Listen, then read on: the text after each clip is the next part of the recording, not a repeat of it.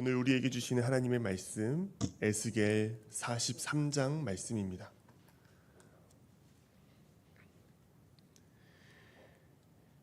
에스겔 43장 말씀을 교독하겠습니다. 그 후에 그가 나를 데리고 문에 이르니 곧 동쪽을 향한 문이라.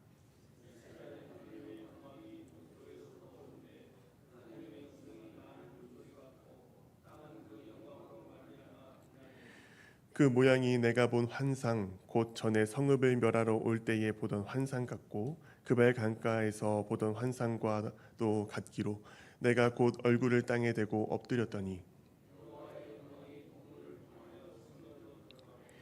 영이 나를 들어 데리고 안뜰에 들어가시기로 내가 보니 여호와의 영광이 성전에 가득하더라.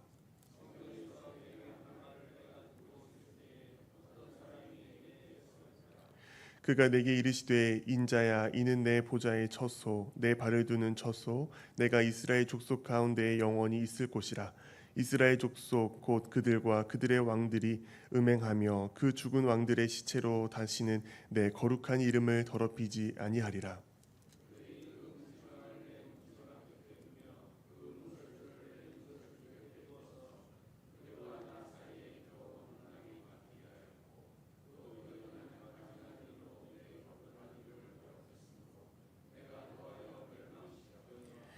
이제는 그들이 그 음란과 그 왕들의 시체를 내게서 멀리 제거하여 버려야 할 것이라.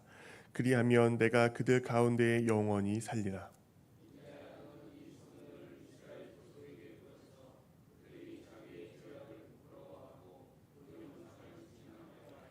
만일 그들이 자기들이 행한 모든 일을 부끄러워하거든 너는 이 성전의 제도와 구조와 그 출입하는 곳과 그 모든 형상을 보이며 또 그 모든 규례와 그 모든 법도와 그 모든 율례를 알게 하고 그 목전에 그것을 써서 그들로 그 모든 법도와 그 모든 규례를 지켜 행하게 하라.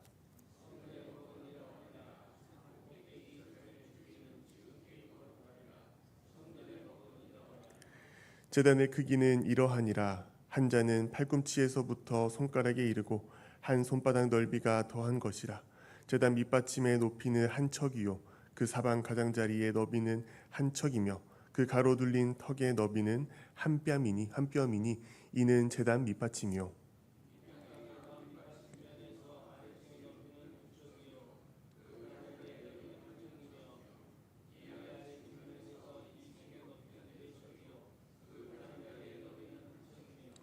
그 번제단 위층의 높이는 네 척이며 그 번제하는 바닥에서 솟은 뿔이 넷이며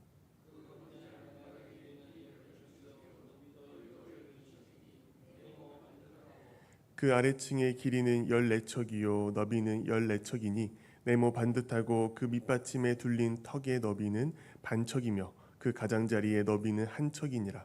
그 층계는 동쪽을 향하게 할지니라.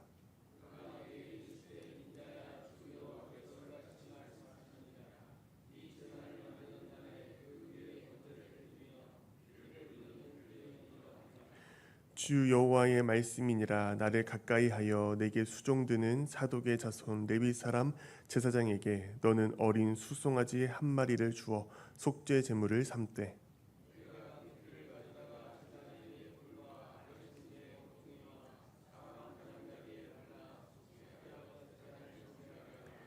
그 속죄 제물의 수송아지를 가져다가 성전에 정한 처소 곧 성소 밖에서 불사를 지며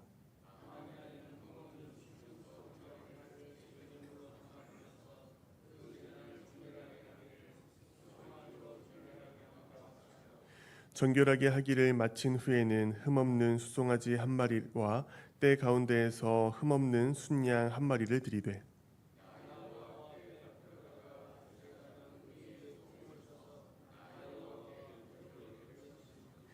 7일 동안은 매일 염소 한 마리를 갖추어 속죄 제물을 삼고 또 어린 수송아지 한 마리와 때 가운데에서 순양 한 마리를 흠없는 것으로 갖출 것이며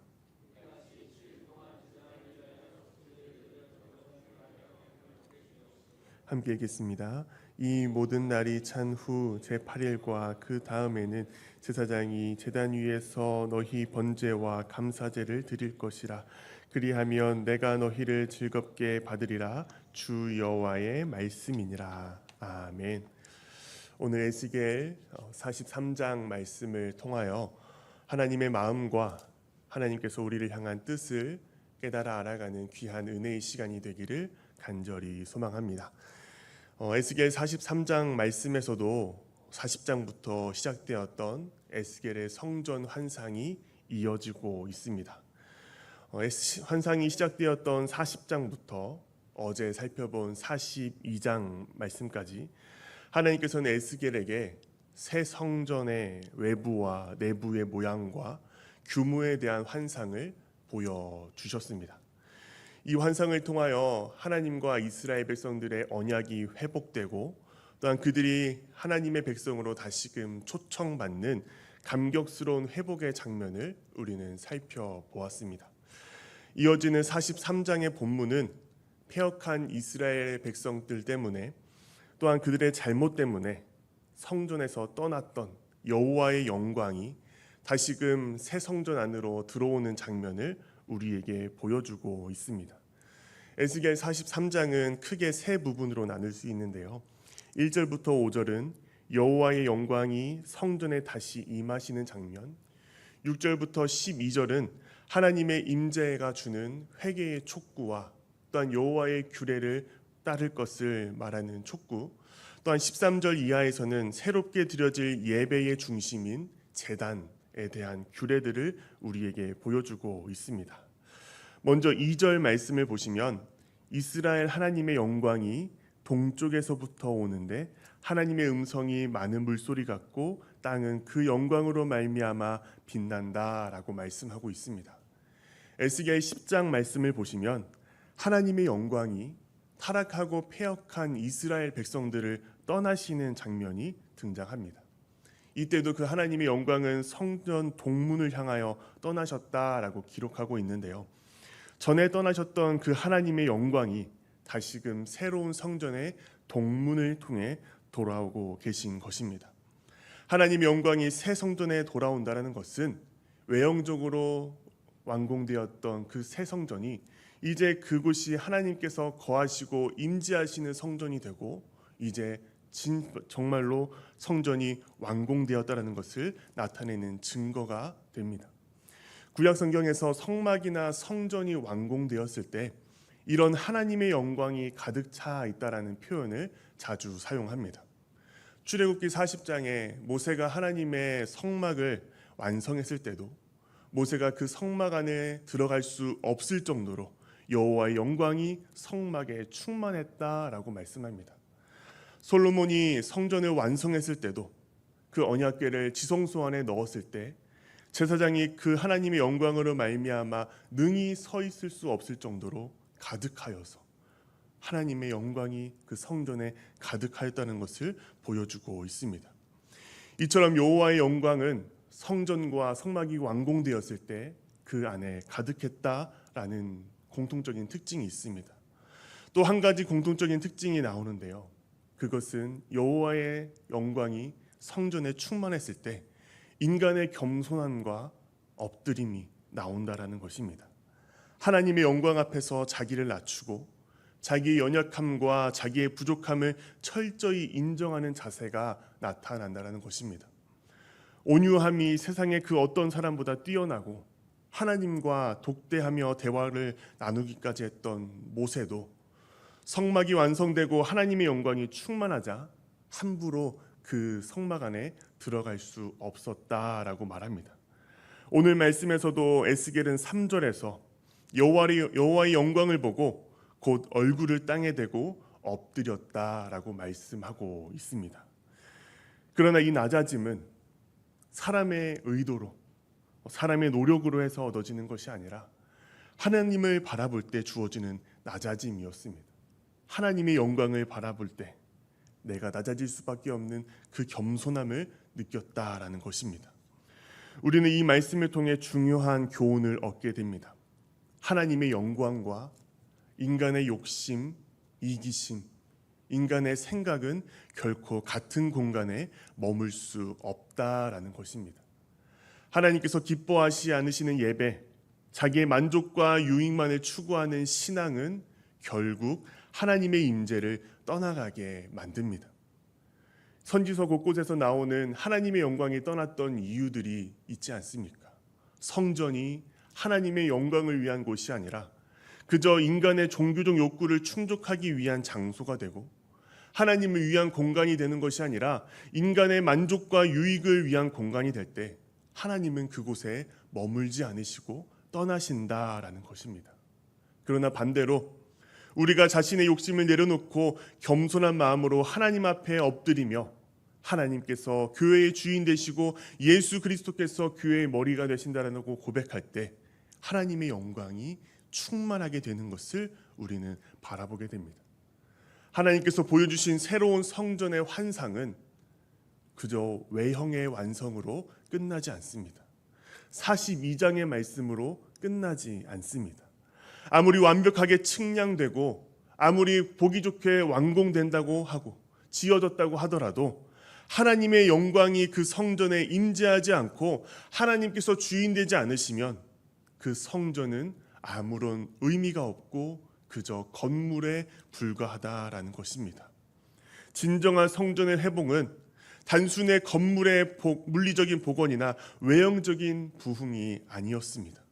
그것은 하나님을 중심으로 한 참된 예배의 회복, 마음으로부터 우러나오는 순종의 회복, 겸손의 회복, 하나님을 경외하며 하나님의 뜻대로 나아가기로 결단하는 회복이 이루어졌을 때 비로소 성전은 완성이 되었다라는 것입니다. 새 성전은 비록 이 환상으로만 보여지고 아직 완성되어지진 않았지만 하나님의 영광이 임하심으로 그 본질은 진정으로 회복되고 완성된 성전이었습니다. 사도 바울은 고린도전서 3장에서 우리에게 이렇게 말씀하십니다. 너희가 하나님의 성전이다.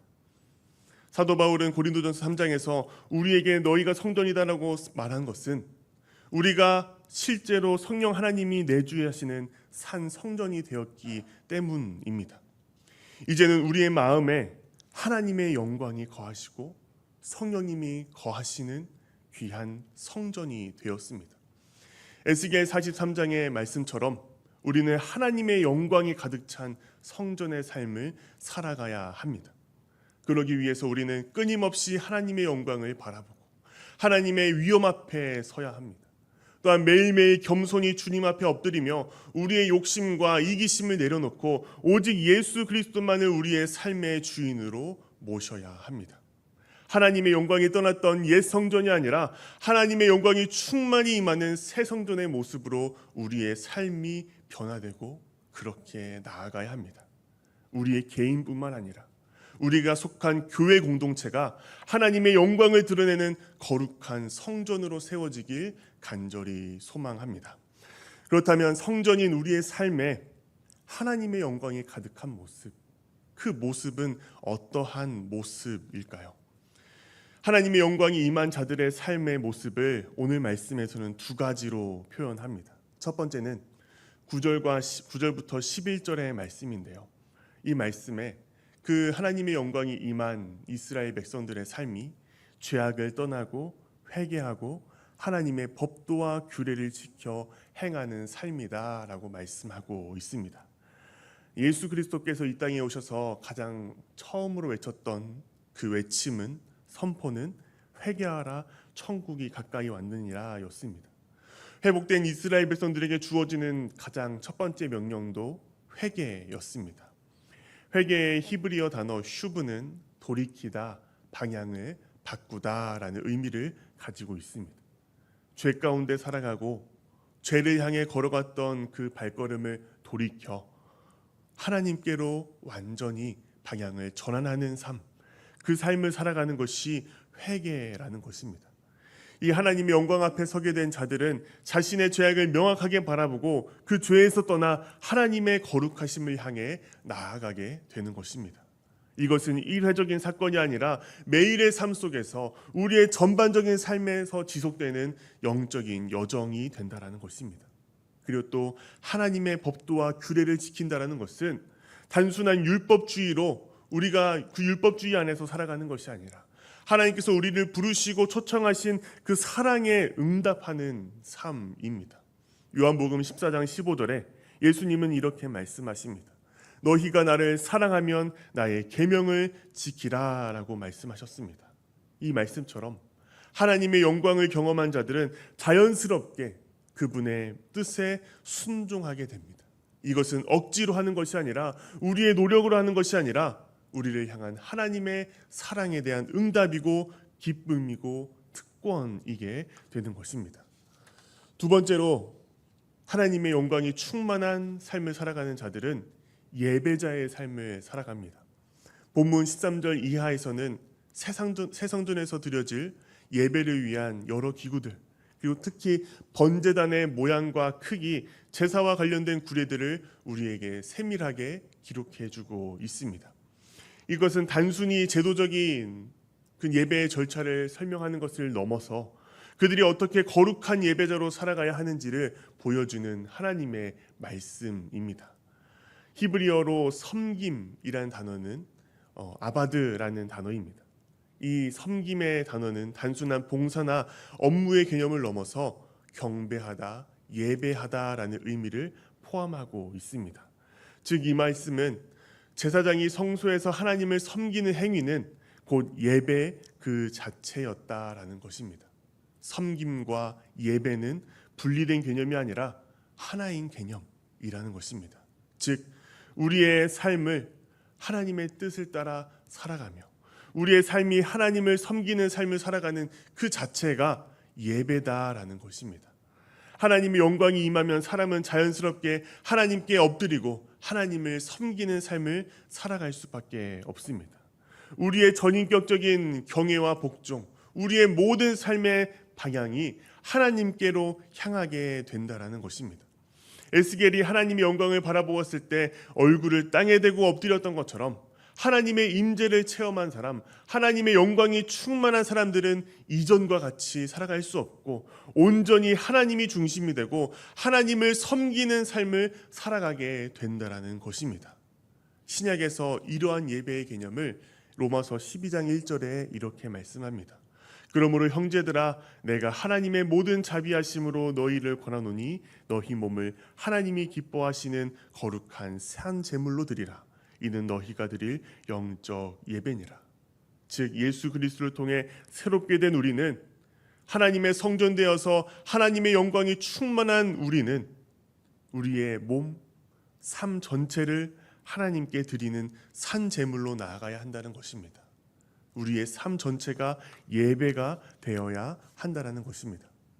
하나님의 영광이 임한 사람들은 예배당 안에서뿐만 아니라 가정과 직장, 학교, 일상의 모든 자리에서 하나님을 예배하는 자가 되어야 한다는 것입니다.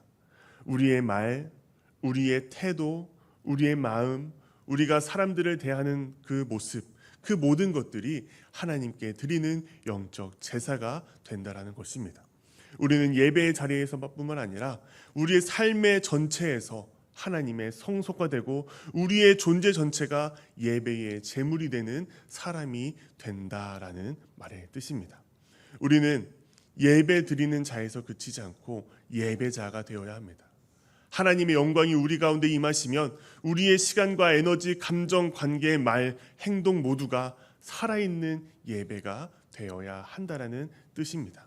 그것이 하나님의 영광 가운데 살아가는 자의 모습입니다. 에스겔 43장 말씀은 하나님의 영광이 임하는 성전의 모습을 통하여 교회와 우리의 각자의 모습을 돌아보게 하십니다.